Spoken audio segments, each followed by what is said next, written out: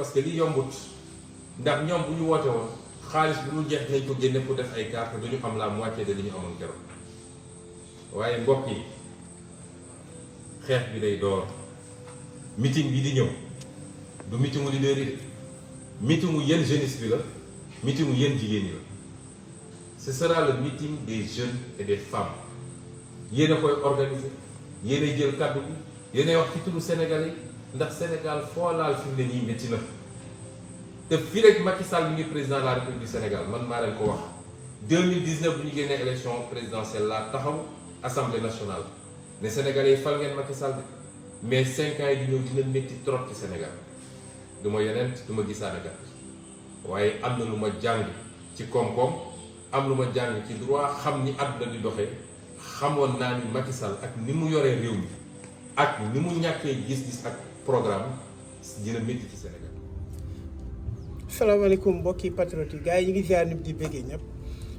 ñaan ñëpp jàmm di ko ñaan suñu bopp di ñaan mbokk patriote yëpp yàlla defal leen jàmm defal ko suñu président Ousmane Sonko. bon gars yi démb dégg nañ ñun ñëpp le président Ousmane Sonko discours am bi mu def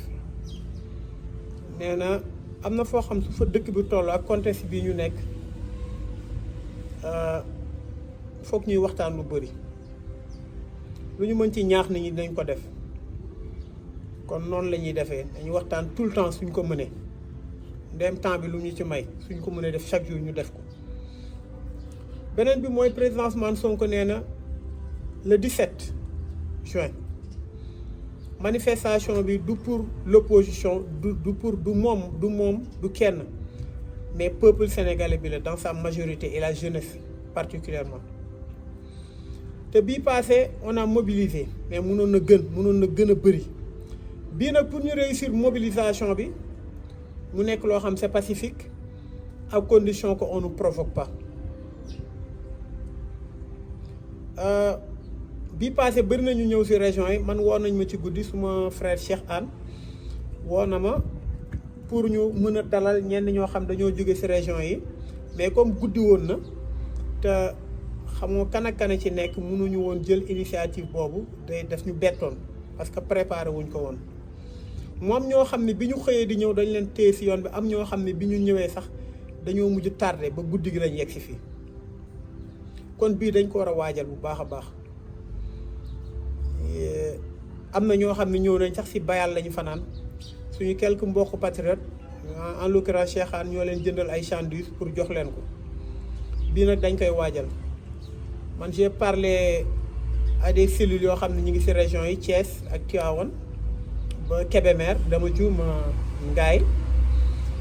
ñooñu man assuré naa pour jël 50 personnes yoo xam ne man maa leen di je vais leur prendre en charge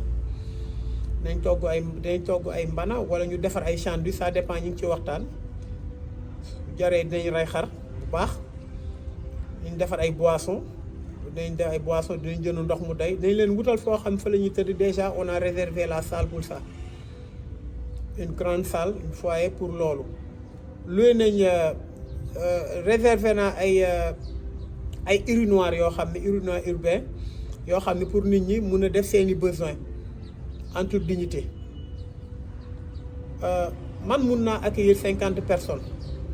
waaye bëggoon naa ñu nekk stratégiquement dama bëggoon cellule bu nekk fépp foo mën a nekk nga def tout ba dajale nga accueillir le nombre de personnes yoo xam ne mën na nekk ñi nga xam ne dañuy jóge ci région yi wala ñu nekk ci Dakar contre yi nga xam dañu xaw a sori bon j'ai réservé une salle boo xam peut-être mën na def peut-être 200 à 300 personnes suñu xëyee dañ teel a jëm dox amul dugg oto dox ba place de la nation xaar ful yi ñëw ñu converger fa ñu def manifestation bu musul am ci l'histoire Sénégal musul am sax Afrique laa bëgg képp koo xam ne nag bëgg nga contribuer muy ñëpp suñu flowers yëpp j'ai parlé à notre coordonnateur pour ñu organiser ko je vais vous donner le numéro du trésorier ku ci bëgg a contribuer mun nga contribuer ci le numéro suivant naa ko def ci suuf vidéo bi 76 attendez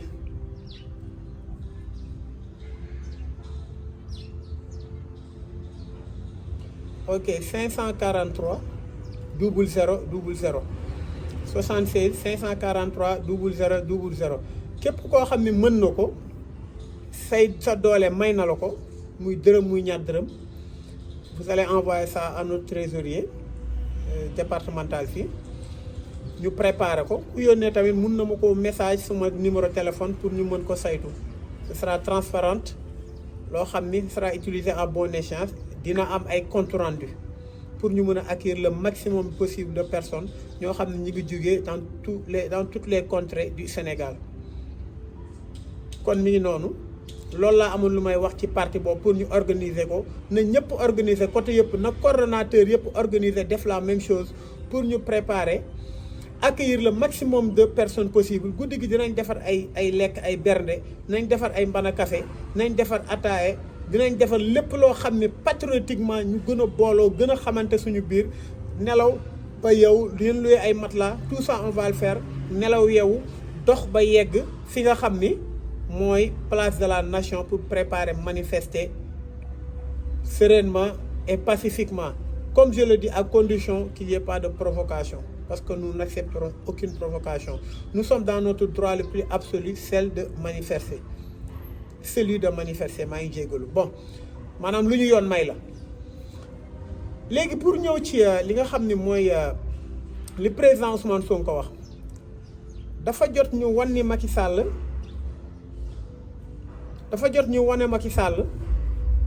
que xeexul opposition mais la jeunesse sénégalaise lay xeexal dafa jot ñu wan Macky Sall ni tey il a préféré des insulteurs à sa jeunesse parce que fu muy waxee ak jeunesse sénégalais pour menacer leen la li nga xam ne nag moom la Assane Diouf defoon di wax ak nee na dafa dépassé Serigne Bass Abdou Khadre ba Macky Sall jël ko tëj ko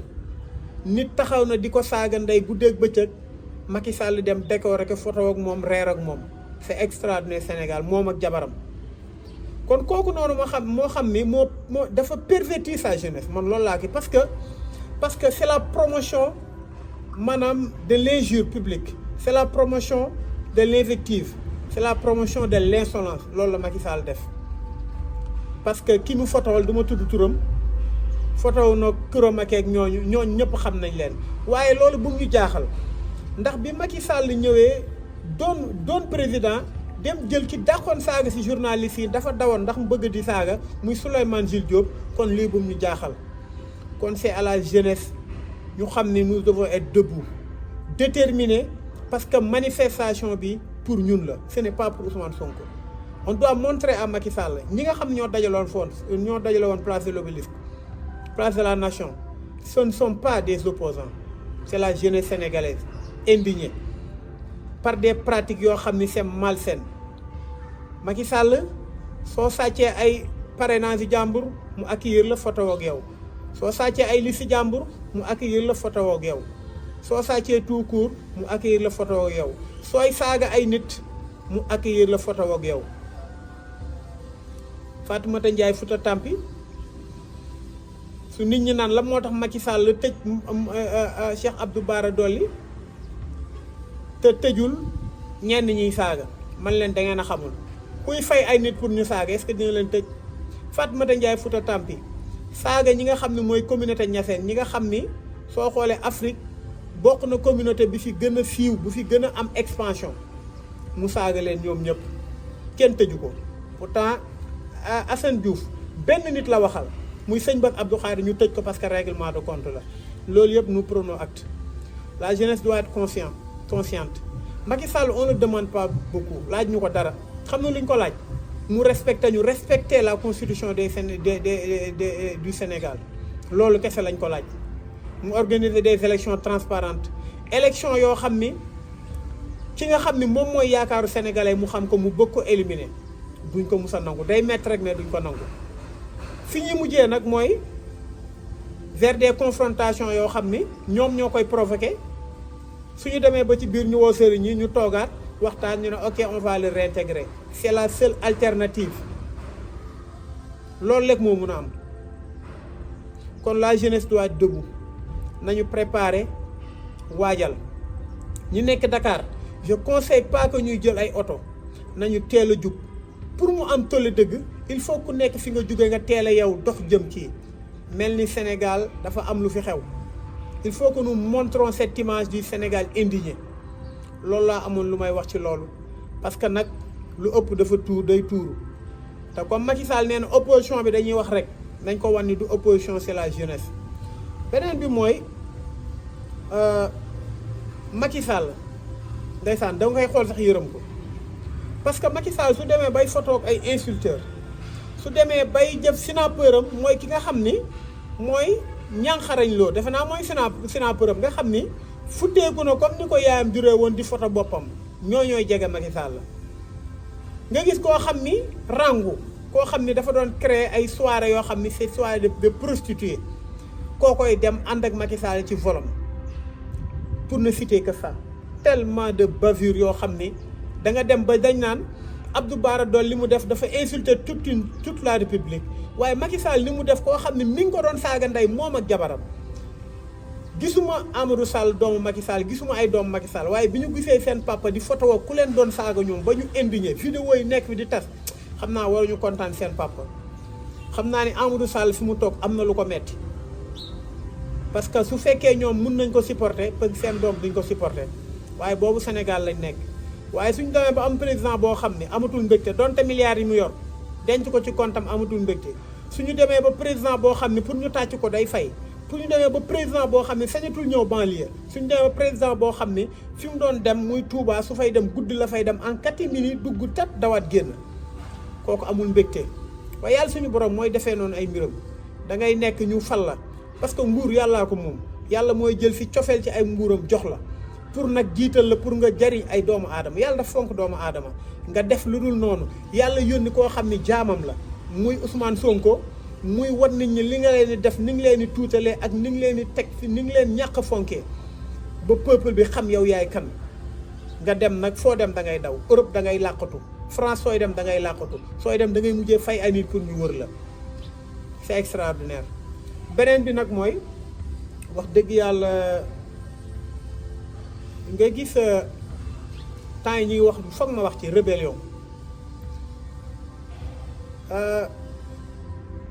maanaam dalay metti def des fois ñu sulliwaat baatu rébellion di ko fowee ci dëkk bu mel ni Sénégal ñu ne jàmm lañ bëgg ñu ne jàpp nañ benn nit doo ko gis doo ko teg bët ay ministre ku nekk génn parce que kenn moo tax ñuy def loolu muy Ousmane Sonko waaye léegi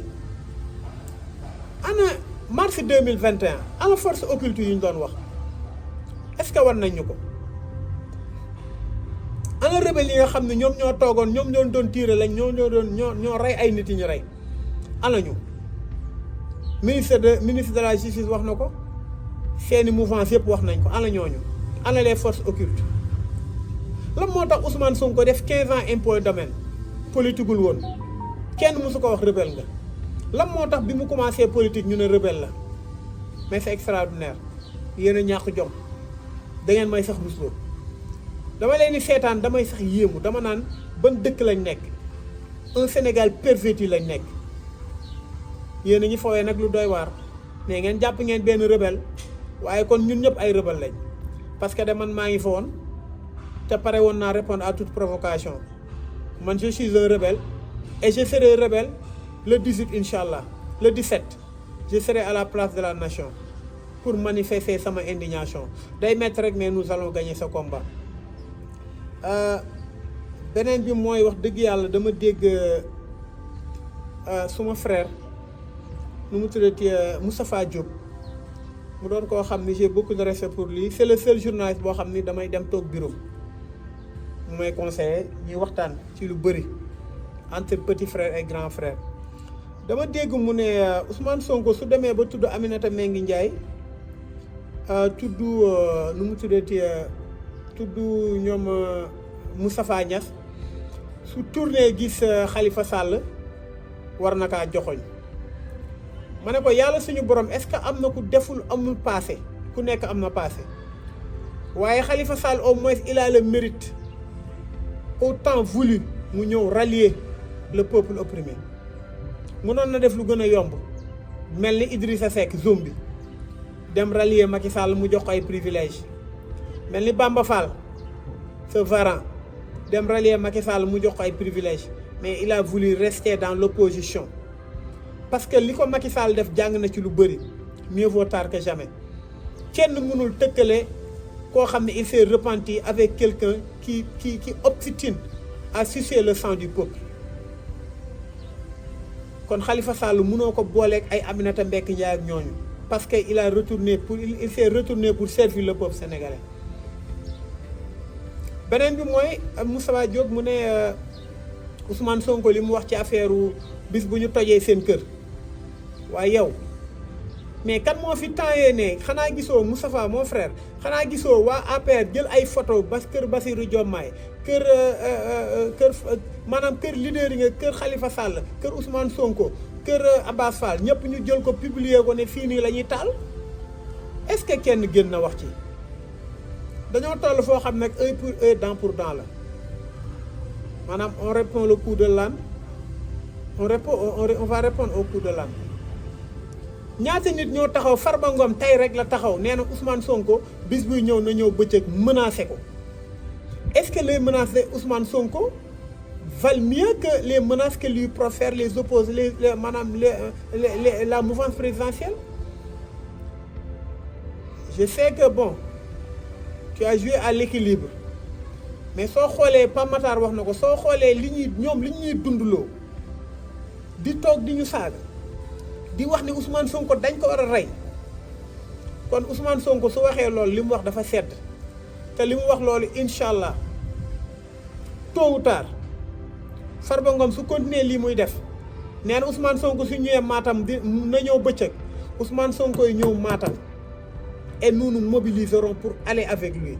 Farba Ngom bis bu sànnee xeer ci oto Ousmane Sonko amul këram laa la wax bis bu laalee Ousmane Sonko génne lu trafatal ay ci deretam amul këram buy def Sénégal loolu il faut que ça soit clair parce que du yéen rek a mën a menacer ñun ñëpp ay Sénégalais lañ kenn moomul fii kon nañ leen respectante te xam ni kenn gënul kenn fii te képp ku mën a menacer li ngeen di menacer soo leen ko doon def doo leen ko wax Farba Ngom su fekkoon da ngay attaque Ousmane Sonko doo ko wax jarul wax yow defar rek yow couleur rek ba Ousmane Sonko dem nga boole ak ay nit ñu xaañ ko wala ñu dal ko wala ñu jàpp ko wala ñu torturer ko boobu ngay xam ne yow sa baay Macky Sall sax amul fit boobu Macky Sall mi nga xam ne mooy sa kilifa su la noon raamal nga raam Macky Sall sax amul fitu Ousmane Sonko di romb mu laal ko loolu amul fitam su doon loolu kon mars kon Ousmane Sonko du génnaat kon bu yeboo ngeen xam bu baax li ngeen di def te xam ne Sénégal moom moo leen ko te nous répondrons à tous les coups beneen bi li may wax mooy di fàttali nit ñi le 17 encore une fois képp koo xam ne mi ngi jóge ci région yi bu ko sama numéro bàyyi naa ko ci kii na ma teel a woo on va le répartir dans des foyers au niveau de Dakar dans des foyers nañ leen répartir mais nañ teel a ñëw bu ñu bàyyi su fekkee vendredi la nañu ñëw le jeudi nañ teel a ñëw suñu ñëwee nañ leen jox ñu lekk nañ leen jox ñu naan nañ leen jox ñu tëdd fu baax dinañ louer ay urinoir mobile yoo xam ne dañ koy louer pour ñoom ñu nekk à l'aise suñu xëyee 8 heures dinañ yeew ñun ñëpp dinañ dékki ñu dox nànk dem ngoon si dinañ toog waxtaan ci dëkk bi guddi gi dinañ toog teg suñuy mbana café dinañ def lépp loo xam ne moo ci war man j'ai fait pour ma part je me suis porté volontaire à accueillir 50 personnes foo xam ni foofu laa yem su fekkee y en a qui veulent contribuer pour qu'on accueille plus de personnes j'ai laissé le numéro je vais laisser le numéro en bas ils peuvent contribuer ku mën lu nekk loo mën dërëm wala ñaar dërëm pour ñu réussir manifestation bi parce que manifestation yi warul daq en tant que amul lu ñu bëgg su demee ba nga xam ne ñii defuñ lu ñu bëgg dootuñu arrêté dinañ fanaan ci mbedd yi on va manifester d'une manière continuelle comme place Taksim teew dinañ lekk dinañ naan lépp lu ci war dinañ ko def incha allah kon gars yi loolu laa amoon lu may wax pour le 17 lépp li nga xam ne moo ci am dinañ ko waxtaanaat fi mu bëgg a tëjee nag mooy oto président Ousmane Sonko oto ko bi mu génn dugg bu xaritam boobu ba nga xam ni dañ kaa saboté bon damaa jàpp ni négligence am na parce que oto bu mu mënti doon oto bu même su fekkee du oto pro oto bu mu dem ba président Ousmane Sonko di fa dugg war nañ ko xool waruñu ko gaare foo xam ne kenn du fa nekk te dama yaakaar ni war nañ xoolaat aussi ñuy jege pro parce que nag gaw ma ni nit am na fitu fi rassemblement bi amoon nit ñëw dem fi oto bi taxaw nga jël risque taxaw di déviser oto bi ragal naa trop ni foog ñu xoolaat saytuwaat l'entourage du ma avancer lu ma xamul nag mais su doon dëkk bu mag la wala dëkk boo xam ni c'est un pays terroriste mun nañ ci poser bombe te yàlla mënoon na def pro dugg ci oto boobu